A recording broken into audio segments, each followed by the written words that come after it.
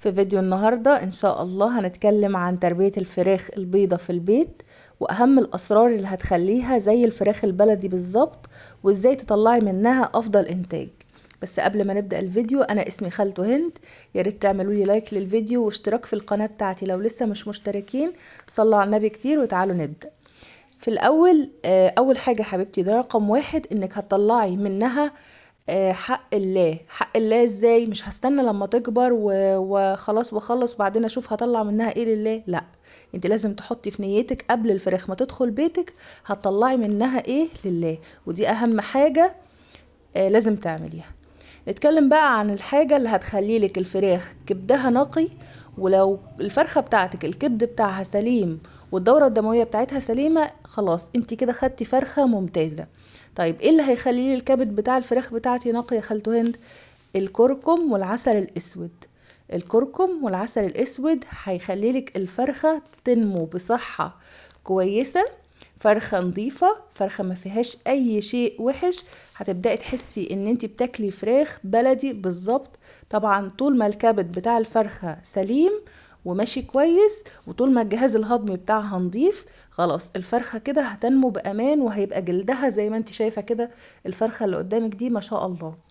طيب ايه كمان يا خالته هند؟ الخميرة. الخميرة يعني جهاز هضم نظيف، يعني تحويل علف ممتاز، يعني هتاخدي من الفرخة وزن ان شاء الله ان شاء الله مرضي. طيب ايه اللي هيحافظ لي على الفرخة ويحافظ لي على صحتها؟ المشروب اللي هعمله مرتين او 3 في الاسبوع، من اول عمر اسبوع لحد ما اذبح الفراخ.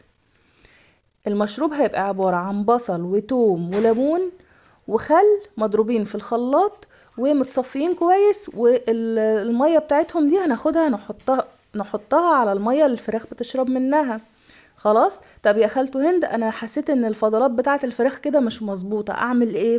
اجري اغلي شاي واحط على الشاي اسبرين ازرق من بتاع البني ادمين وحبيتين او 3 مضاد حيوي من اللي هو بيتفتح ده، وبنفضي البودره اللي جواه. خلاص. طيب افرض انا الفراخ بتاعتي ماشيه معايا تمام وماشيه معايا كويسه، برضو اعمل المشروب ده مره او مرتين في الاسبوع، مش هيجرى حاجه. عايزه فراخك تطلع زي البط وزي الفراخ البلدي وتاخدي منها شوربه ولحم نضيف واحسن من اللحمه بتاعه الجزار كمان، تعامليها في موضوع الدواء ده زي معامله البني ادمين بالظبط. شوفي البني ادمين بياخدوا دواء ايه وحط لهم منه، ده اذا لا قدر الله تعبوا. بس طول ما انت بتمشي على المشاريب اللي انا قلت لك عليها دي، عمرهم ان شاء الله ما هيتعبوا منك وهيبقوا كويسين. اوعي تشتري دواء من الصيدليه البيطري. اشتريتي دواء من الصيدليه البيطري يبقى الفراخ بتاعتك لحمها هيطلع طعمه زي الفراخ اللي احنا بنجيبها من بره دي، وبنشمئز من طعمها ومن ريحتها ومن نظافتها. فاهمين؟ في حاجه كمان، مفيش حاجه اسمها فرخه بتتذبح على 30 يوم و35 يوم والكلام ده. انت كده بتذبحي كتكوت بس شكله منفوخ، بتاكلي سفنج. خلاص. يبقى الفرخة عشان تاخدي منها طعم حلو ولحم حلو تتذبح بعد 40 يوم و45 يوم و50 يوم و60 يوم.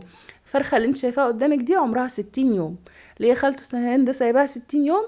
علشان تبقى زي الفراخ البلدي بالظبط، لحمها نضيف، متربية على مهلها، مش هيجرى حاجة، هعتبرها فرخة بلدي. خلاص. يلا سلام عليكم.